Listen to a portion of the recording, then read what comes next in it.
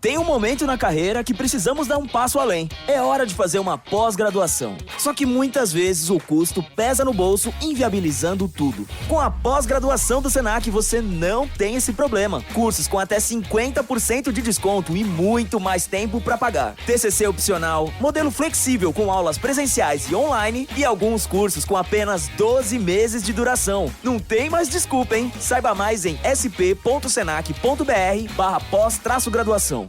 How would you like a 15% discount to my daily email, the stack of stuff, the show notes, discounts to the conference, all of that? All you need to do is text the word show to 33777. You'll get the annual subscription with a 15% discount to my daily email. You'll get the stack of stuff, the links to the show notes, discounts to the conference, and so much more.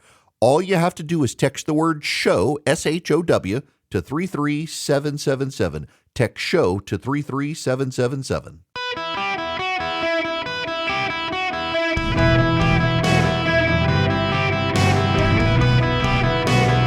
Welcome to the Eric Erickson Show podcast, Hour 2.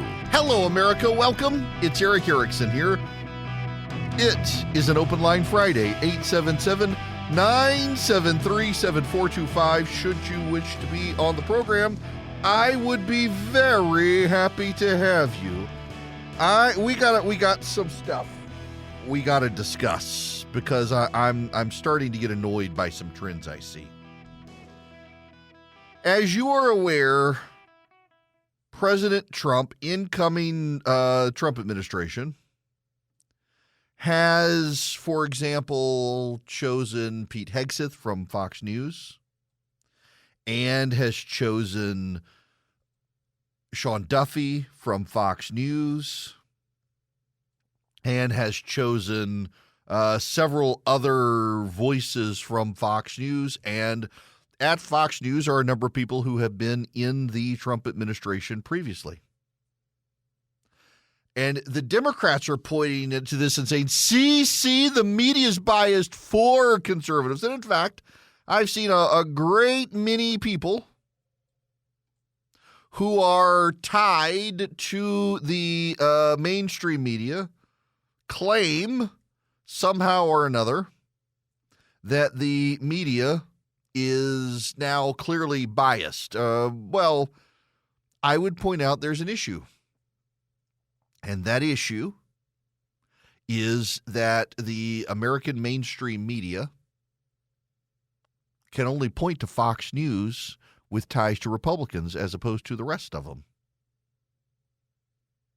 Jay Carney was a Time magazine political reporter and also a regular fixture on CNN. Jay Carney left Time and CNN to be White House press secretary. He started with Joe Biden and then moved over to Barack Obama. When Jay Carney left the Biden vice presidential office to become the White House press secretary, Vice President Joe Biden replaced him as press secretary with Shyla Murray. Shyla Murray worked for the Washington Post. And Shyla Murray, the Washington Post writer who became the press secretary for Joe Biden, was married to a guy named Neil King who recently passed away. He was a reporter for the Wall Street Journal. And when I pointed out that Shyla Murray, who was left the Washington Post to be a liberal mouthpiece for Joe Biden, and could you imply that perhaps her husband might have political leanings in the Wall Street Journal? I got a very angry note from Neil King. How dare I make that suggestion?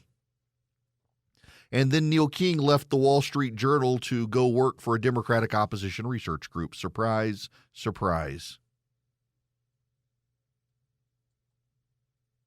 By the way, you should know that while Neil King was there writing at the Wall Street Journal, he attacked Bernice King, the youngest daughter of Dr. King, for attending a what he called anti-gay marriage rally at an evangelical church.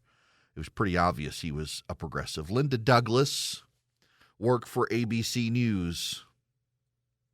Linda Douglas went from ABC News to the White House and then went from the White House to the Atlantic magazine. David Axelrod very famously worked for the Chicago Tribune before signing up with Barack Obama. Jill Zuckman, who you may not have heard of, but she was a writer at the Chicago Tribune, and she went to work for the Department of Transportation.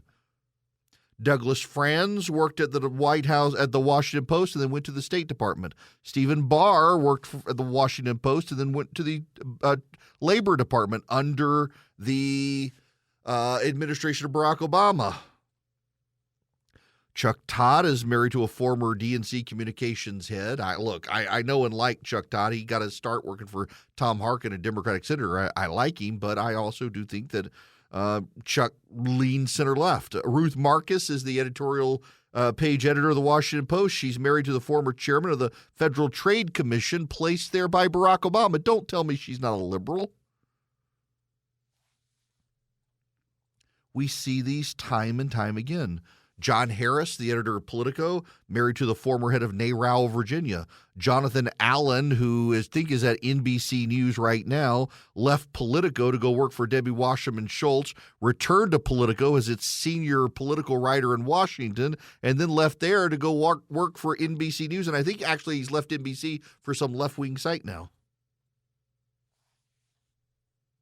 Andy Barr was a Politico reporter who left to go work for the Democratic National Committee. Time and time again, we see this pattern. Michael Shearer worked for the left-wing Salon. You know, Salon is really left-wing. He left there to go work for the really left-wing Mother Jones. And now Michael Shearer is a Time magazine reporter. Laura Rosen went to work at Mother Jones and then to the far-left American Prospect and is now a foreign policy writer at Foreign Policy magazine. It's kind of wild to me how these guys are somehow pretended to be objective, but oh my gosh, you worked at Fox News, you're a conservative hack.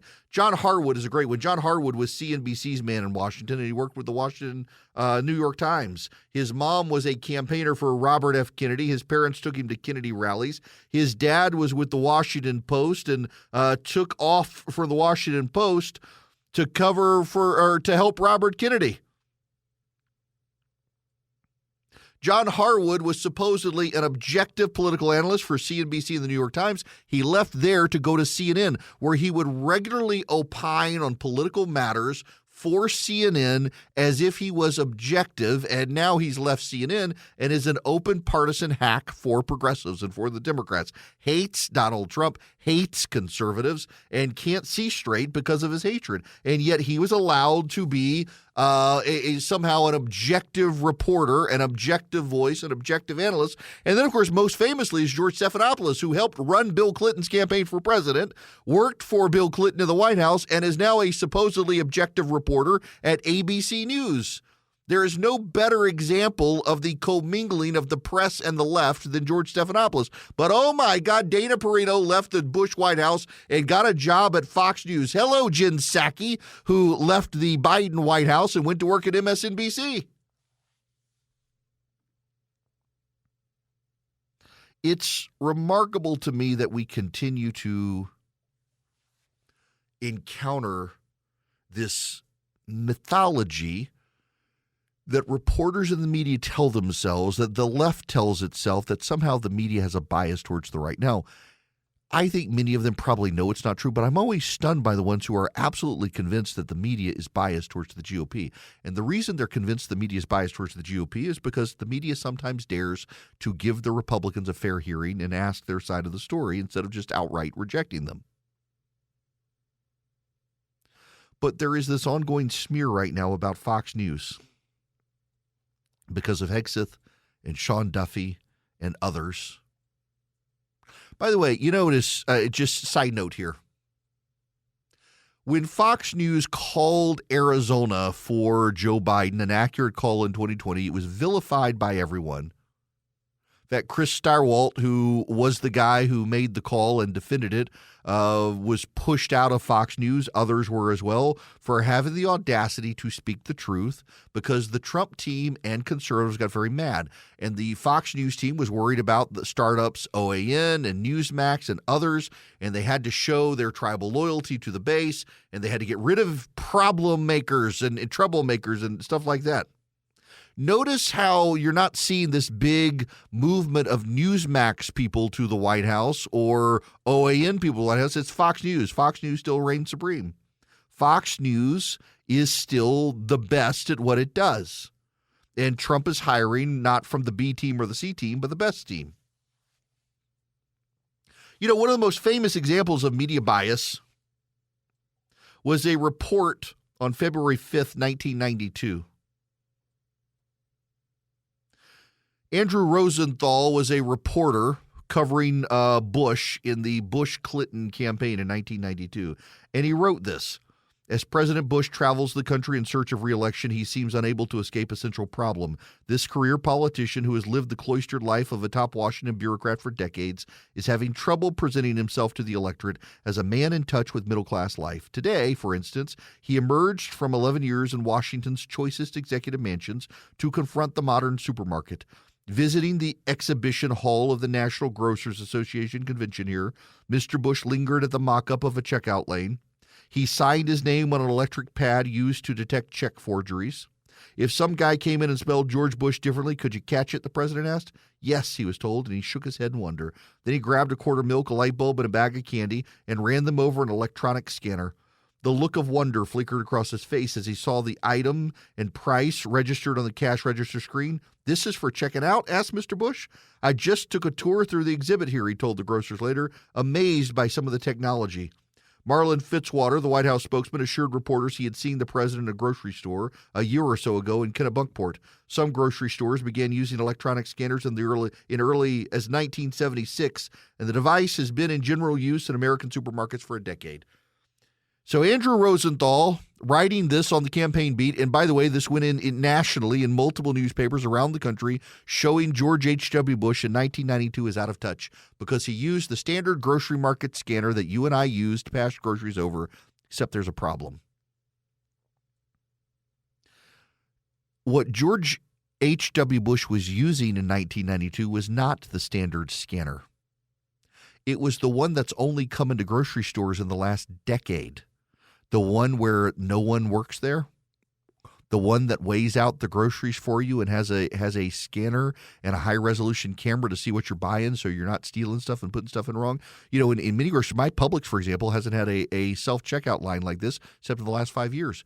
Even Walmart didn't introduce this technology until about 10 years ago, where you have your own conveyor belt and no one's around and has a high-resolution scanner to detect stuff. This was in 1992. George W. Bush, H.W. Bush, was examining technology that did not make it to the market until after the year 2000. But Andrew Rosenthal, who it turns out he never said it, he wrote it as if he was there witnessing it.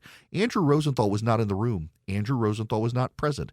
Andrew Rosenthal never saw it. He never wrote in his piece that it was a third-hand report based on a pool reporter. In fact, the pool reporter who wrote the report for the other members of the press noted that it was technology not yet on the market. And Andrew Rosenthal left that out of his piece.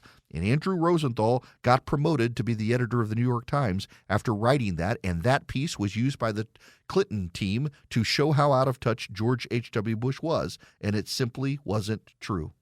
He became the editorial page editor of the New York Times after lying about George H.W. Bush. You got all these people who left the Obama team and went back into the media. Jim Scudo at CNN worked for the ambassador to China in the Obama administration.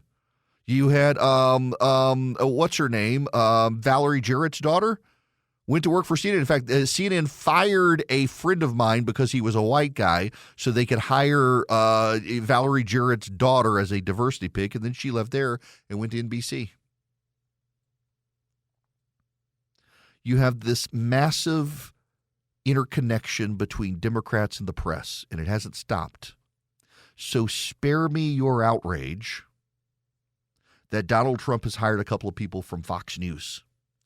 The remarkable thing is how conservatives and Republicans can only hire from Fox News because those people can only go to a CNN or a New York Times or an NBC as an editorial voice, never as an actual reporter.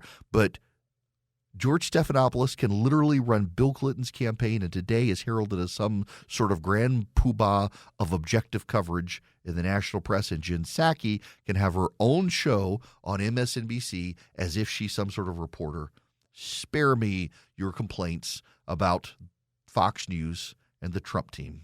Esse podcast é um oferecimento de Samsung Galaxy AI. E sabe o que mais ele te oferece? Que tal uma nova maneira de buscar na internet a partir de fotos ou do que está na sua tela? Fácil, fácil. Viu? Circulou? Encontrou. Ou quem sabe um assistente de notas para gravar reuniões, transcrever gravações e organizar, produzindo resumos eficientes.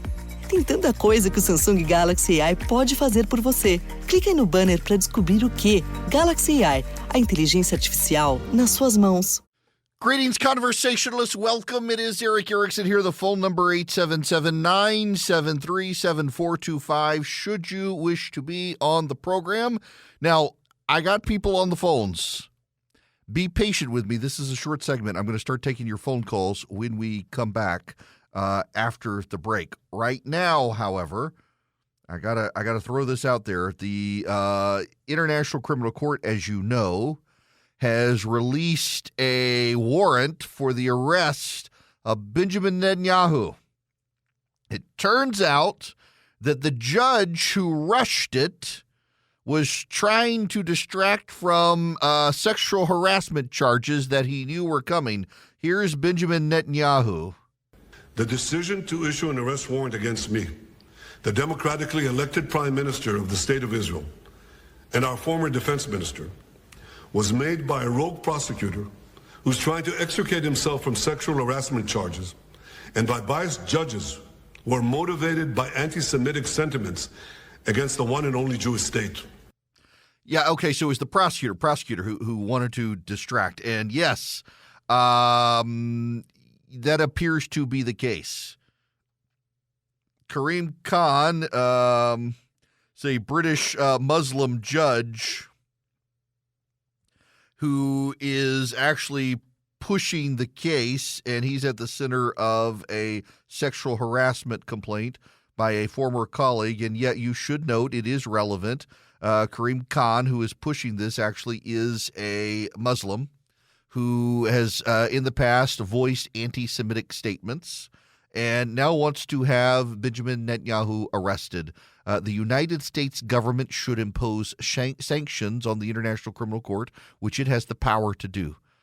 European governments, by the way, including the Netherlands, are saying because they're bound to the ICC, that if any member of the Jewish government comes in, particularly Netanyahu and his former defense minister, they will be arrested. They'll be arrested. The leader, democratically elected leader of Israel, will be arrested if he goes to Europe. Every time the Europeans start targeting Jews, bad things happen on planet Earth. Is it any wonder we're headed towards World War III? It's all part of a sign. You would think they would learn this by now. Now, I want you to learn about Hillsdale College, which you can do by going to ericforhillsdale.com, E-R-I-C-K, ericforhillsdale.com. You watch a short video about what it means to be a part of Hillsdale's community and what Hillsdale does. They've been educating Americans since the 1800s. They were one of the very first institutions in the country to integrate after the Civil War because they believe that any person created in the image of God deserves true history, truth, fact, and education. And they've been spreading that mission around the country with so many free things, including homeschool and charter school curricula and the like. You go to ericforhillsdale.com today, E-R-I-C-K, ericforhillsdale.com, and you can sign up to learn about Hillsdale College. And you can get Imprimus, which is an education for your mind. It comes completely free of charge to your mailbox. I've been getting it since I was in law school. I love it.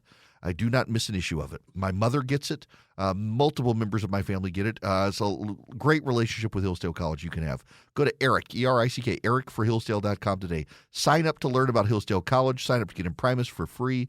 You'll get so much more. It's a rewarding relationship that you can have with Hillsdale College. And all you have to do is go to ericforhillsdale.com today. Sign up and learn more from Hillsdale College. Greetings, conversationalists. It's Eric Erickson here. I want to remind you, if you text the word recipe, singular, not plural, recipe, no S on the end, to 33777, and you follow the link, I have put up my holiday recipes. It's a little PDF booklet you can download and print out. It includes my gravy recipe, how I do my turkey. I'll be doing the turkey. So my in-laws have asked me to do the turkey. I'm going to do 2 small ones instead of 1 big one. And I'm going to make a chocolate pie too. In fact, the chocolate pie recipe I make, credit to the Pioneer Woman. It is a recipe I first learned from her. I've tinkered with it a little bit to make it more my own. But Pioneer Woman, several of the recipes in there, are including my brine. I love the Pioneer Woman's recipes. If you're not familiar with the Pioneer Woman, you should be. She's got Reed Drummond. She's got a show on the Food Network, and she's just the best cook. I abhor the idea of celebrity chefs and their cookbooks with their faces on them, except for her. She and Ina Garten are just kind of 2 of the staples in my house. Ree in particular. In fact, so she makes this sandwich, y'all, for her husband, and she put that recipe out, and it has become one of my favorites. And you basically take a chicken breast, pound it out flat, rub it in blackening seasoning, put it in the skillet after you fried some bacon, then put the bacon back on top and some Colby Jack cheese. My gosh, I make this for the guys on Sunday nights when they come over for bourbon and cigars. It's fantastic. So a lot of my recipes are modifications of other people's recipes, including my turkey brine and that chocolate pie from her. It's just delightful. But you can get all the stuff that I'm making for the holidays, my gumbo recipe, all of it. Just text the word recipe to 33777. Now, to the phones we go as promised. It is here an open line Friday. Brian in Orlando, Florida. You're up first. Welcome.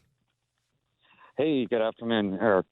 Not your biggest fan, but I have the utmost respect for the way you intellectualize and view just every topic. Thank you. So I need a I need a non-biased opinion on the Press Act, how it got virtually unanimous support in Congress and hasn't been brought to the Senate, and now Trump is, I guess, calling for it to be killed.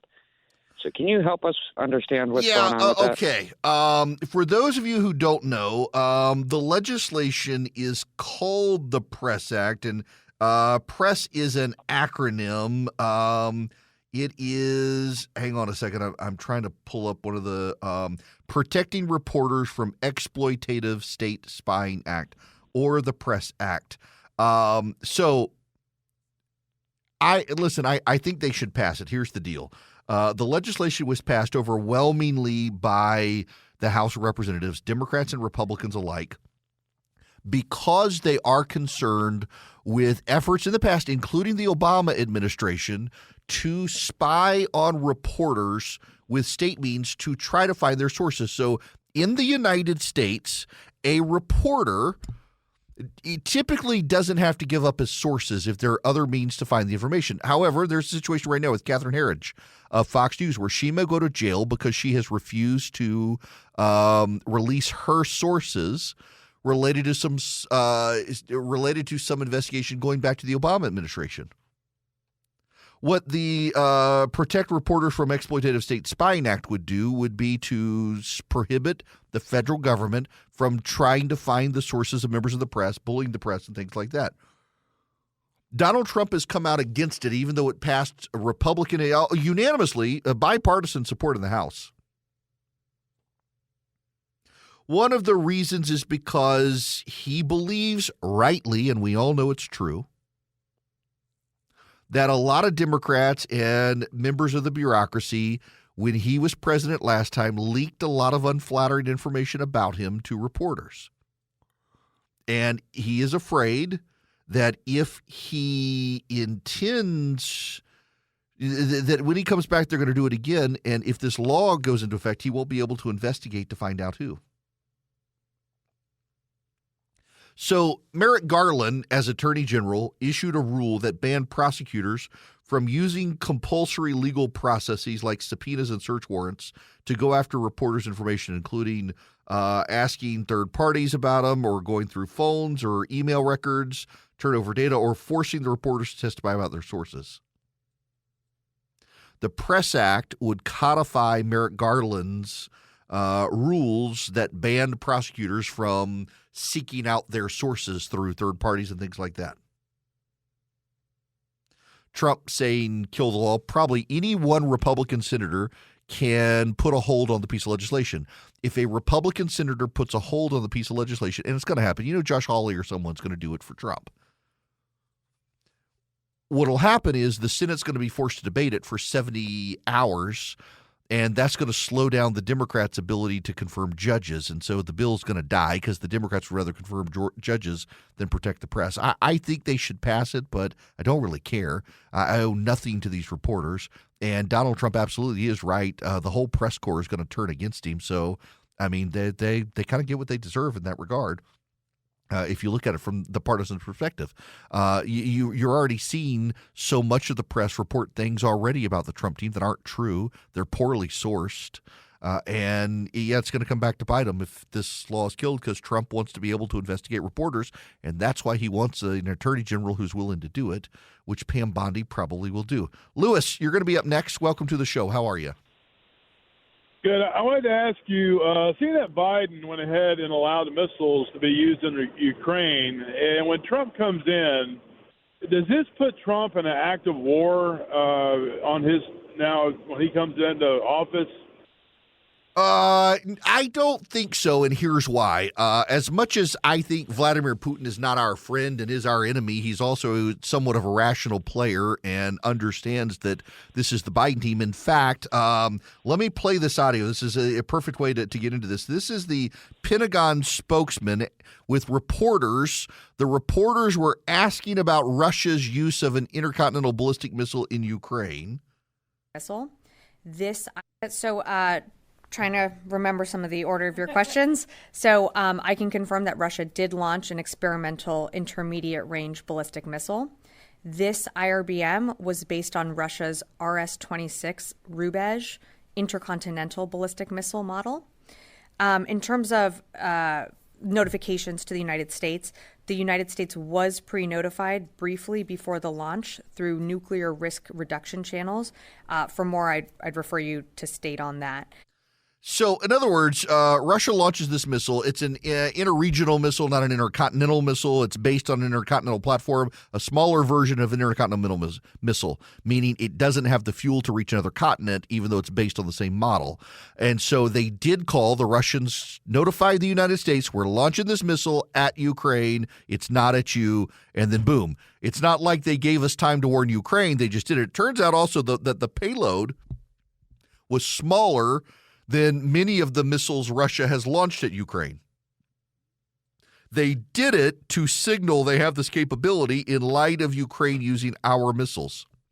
But Putin, and it got buried in the press, but Putin already said he recognizes that the policies of the Trump administration will be different from the policies of the Biden administration. In fact, one of the reasons Putin has sped things up is he thinks Trump's going to probably force him into a peace deal with the Ukrainians, and Trump actually can force the Russians, because one of the things, as much as this is one of the frustrating things about progressives in the press, as much as the press is convinced that Donald Trump is a pawn of Vladimir Putin, what the American press refuses to tell all of you is that the Biden administration has actually repeatedly pulled punches on Ukraine. The Biden administration, for example, has given Ukraine a lot of heavy equipment and armor and weaponry and then said, don't use it. They've told Ukraine, we're going to give you all of these grand and glorious weapons, and then haven't. And then they've given Ukraine things that have come with so many strings attached, it makes it impractical for them to use. And the Russians know Donald Trump's not going to do that. That's a good thing, actually. It's more likely to force peace in the area because of it. All right, one more call here. Adrian, you're going to be up next. Welcome. Thank you, and thank you for all you do, Eric. My question has to do with capital punishment. What if a state, say Georgia, established a system whereby the convicted felon could plead, has a choice of appeal, of course, or he can choose life imprisonment, or he can choose death. I think this would eliminate some of the action, litigation, and so forth that goes on, and coming from the people who oppose the death penalty in all cases. I'm not attacking them or anything. I'm just saying it might save some time and expedite judicial proceedings if the felon had this choice. At the sentencing hearing, the judge could say, you have these three choices. You can confer with your lawyers. You have a reasonable amount of time to do that, and then come back with an answer. That's the brief version of what I'm suggesting. All right, so hang on. Wait. Don't hang up yet. Don't hang up yet, Adrian. I got to clarify. So you're essentially saying that you give the prisoner the option. Do you want to be executed or do you want to stay in prison? Yes, basically. Yeah. Okay. Listen, I guess a state could do that, but that's kind of like asking your kid, do you want the hand or a belt? They're going to choose the hand every time, probably, never the belt. I mean, I guess you could do it, but what are the odds that the prisoner's ever going to choose the death penalty? I mean, the death penalty is the ultimate punishment, and I can see a lot of prisoners, if you were to give them the choice, a lot of serial killers, for example, say, you want to die now? They're like, oh, no, I want to sit in prison the rest of my life and gloat over the family that I chose not to die and didn't give your child that choice when I murdered them. So, I don't think in practice it actually would be a very popular thing to implement. But yeah, I mean, legally, I guess a state could pass that law. You, the prisoner, you, the convicted person, pick your punishment, but kind of undermines justice when you allow the criminal to pick their own punishment. That's part of the problem with doing it that way, I think. All right, 877-973-7425. It is an open line Friday. When we come back, I will take more of your questions. We do have much more news that we have to proceed with, including the meltdown, absolute meltdown over Judge Merchan in New York indefinitely postponing sentencing for Donald Trump, which of course was going to happen because he's president of the he's going to be president of the United States now. You can't sentence the president of the United States to state jail. You can't do it, actually, under the law. You may think you can, but you can't. It's kind of a well-settled legal principle in the United States. The president, while president, cannot be thrown in jail. So ridiculous for them to try it. But before I get to anything else, I got to tell you about Americans for Prosperity. They are the largest leading grassroots organization in the United States of America. They would love to have you on their side. They are on the right. They advance free market principles and common sense conservative solutions to public policy in this country. They can teach you to be a door knocker. In fact, they knocked on millions of doors in multiple states, like millions total, but millions in each state. Lots of doors got knocked on by AFP as they were able to incentivize people, finding the right people to get out to vote, educating them on the issues, and then helping them go vote. They did a great job. They would love to have you on their side. All you have to do is go to americansforprosperity.org/volunteer. If you sign up with Americans for Prosperity today, you'll be networking with people in your state. They have chapters in almost every state. People who share your values and vision for this country, common sense, conservative solutions for America. All you do, go to americansforprosperity.org/volunteer, sign up with AFP today, and you can get smarter and more effective as a conservative activist. Welcome back. It is Eric Erickson here. The phone number is 877-973-7425 should you wish to be on the program. Joy Reid is having a bit of a breakdown. You all know Joyless Reid from MSNBC. Let me reroute this audio so y'all can hear this. This is Joy Reid who put up she recorded a video on her phone. Listen to this kind of craziness. People are rightfully alarmed. They have a reason to be alarmed. And if you would vote for that, people may not feel so confident that they're safe with you. This is not crazy. This is legitimate feelings of fear of you and a feeling that you might not be someone they could trust. If this thing goes way south, autocracies go south real fast and things get ugly and people get asked to do things and turn people in and point people out and turn on them. And if you're voting affirmatively, gleefully for this, people might, may not feel so confident in you anymore. Y'all, Joyless Reed is a woman who attacked Wolf Blitzer for being in the pocket of the Jews. Joy Reid is a woman who you know and I know would turn you in a heartbeat if you were a conservative. Talk about projection. And also, she's one of those voices out there, probably soon to be ended as they shut down MSNBC over at Comcast. She's one of those voices who affirmatively want you to hate your family if they disagree with you or you with them. It's a whole lot easier to hate your neighbor than love your neighbor, and Joy Reid is in the easy camp. She wants to hit that easy button every time. Just hate. Just hate. And also, no one voted for autocracy, and they're not going to have an autocracy. Donald Trump is term limited. This, again, is another example of progressives who do not believe in the strength of our constitutional system. Joy Reid does not believe in the strength of the American system of government. She doesn't believe in the strength of the United States. She doesn't believe it. She doesn't believe it because she never has to, outside her cloistered bubble, deal with Americans who are struggling. She's been there lecturing black men that they're racist for voting for Donald Trump and misogynist, and she doesn't have to deal with the cost of groceries. She's this well-paid host on MSNBC. You know, when we come back, I want to spend some time talking about the Daniel Penny case in New York. It's winding down. They expect closing arguments next week, and then the jury. Daniel Penny is the man who saved people on the subway of New York from a crazy schizophrenic. The crazy schizophrenic died in police custody, and they charged Daniel Penny with murder. And people like Joy Reid, he's the bad guy. There were voices on MSNBC at the time, remember, who said that you're supposed to get accosted by crazy people in the subway in New York. It's part of city life.